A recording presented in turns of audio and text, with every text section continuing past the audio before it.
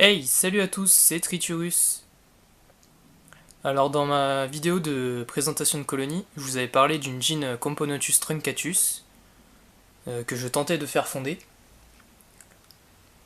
Alors je n'ai pas réussi à la faire fonder, la gin est malheureusement morte. Je l'ai retrouvée dans le tube, les quatre pattes en l'air quoi. Je suis un peu dégoûté. Je pense recommencer l'expérience durant cet été si je trouve quelques gins. Je vous montrerai tout ça si j'en trouve. Donc la colonie que vous pouvez voir à l'écran, c'est bien une colonie de Camponotus truncatus. Donc c'est une colonie que j'ai eu un peu par hasard, je vais vous expliquer. En fait c'est un sauvetage que j'ai fait ce week-end. J'ai ramassé des branches de noyer qui étaient tombées suite au vent qu'on a eu ces derniers jours. Et en cassant une branche par inadvertance, je me suis aperçu qu'il y avait des truncatus dedans. Donc deux choix s'offraient à moi. Soit je récupérais la colonie pour pour la mettre en tube, chose que j'ai faite, ou soit je la relâchais dans le noyer d'où les branches étaient tombées.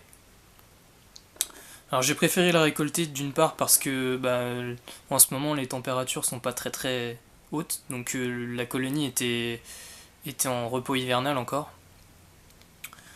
Et il gèle encore, donc je pense que la colonie était vouée à une mort certaine si je la laissais. Donc j'ai préféré la récolter. Bon, en général, en myrmécologie, je préfère faire dans les règles de l'art. Donc, je préfère récupérer une gine dès le début et attendre le développement de celle-ci pour avoir ma propre colonie. Je trouve ça beaucoup plus gratifiant que d'acheter ou piller une colo.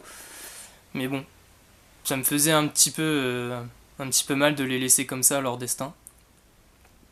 Du coup, je les récoltais. Comme vous pouvez voir, il y a une bonne quantité d'ouvrières. Bon, là, elles sont tous agglutinées les unes aux autres. J'ai pas vu la gine depuis qu'elles sont dans ce tube là. Mais il y a bien une gine. Hein. Il y a du couvain et pas d'œufs encore. Bon, normal pour des Camponotus. Hein, elles sont en repos logiquement. Bon là, elles sont bien actives dans l'aire de chasse. Je les nourris de miela.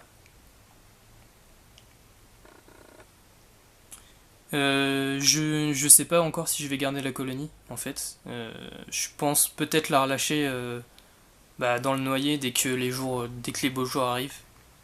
Donc quand la température sera remontée un petit peu. Sinon, c'est intéressant à observer en fait. Je pensais que c'était une espèce qui était plutôt timide en élevage, mais le fait là qu'elle soit pas mal, elle sorte pas mal dans l'aire de chasse. Je vais essayer de faire un petit zoom dessus.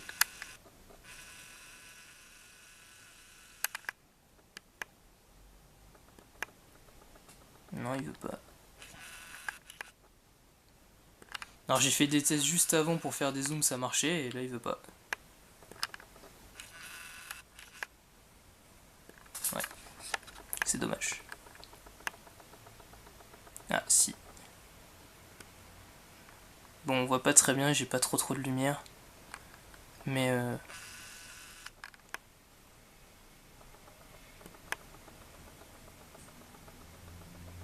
si, c'est bon, ça arrive.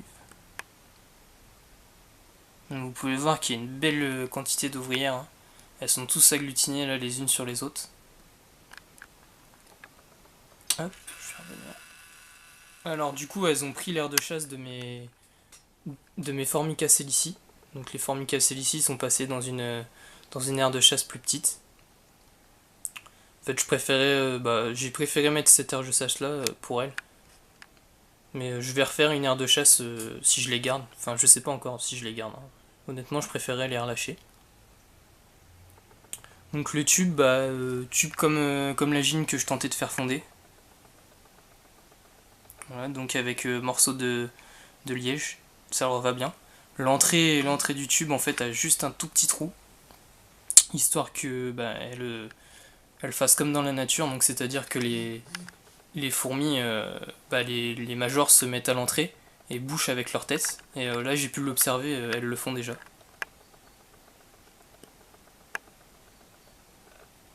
Donc ouais, super intéressant comme espèce à observer je trouve.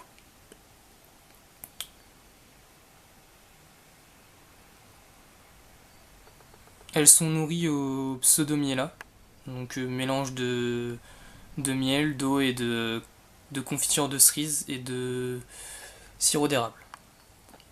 Et elles aiment bien pour le moment. Le tube là que vous voyez juste là, il était plein. Et maintenant il est presque vide. Voilà, voilà, c'était pour vous présenter cette petite colonie que j'ai sauvée. Donc bah, je vous tiendrai au courant si vraiment je décide de la garder ou si je la relâche. Et si je la relâche, bah, je ferai sûrement peut-être une petite vidéo pour montrer comment je vais me débrouiller pour les relâcher. Voilà, voilà. Salut à tous et puis à la prochaine.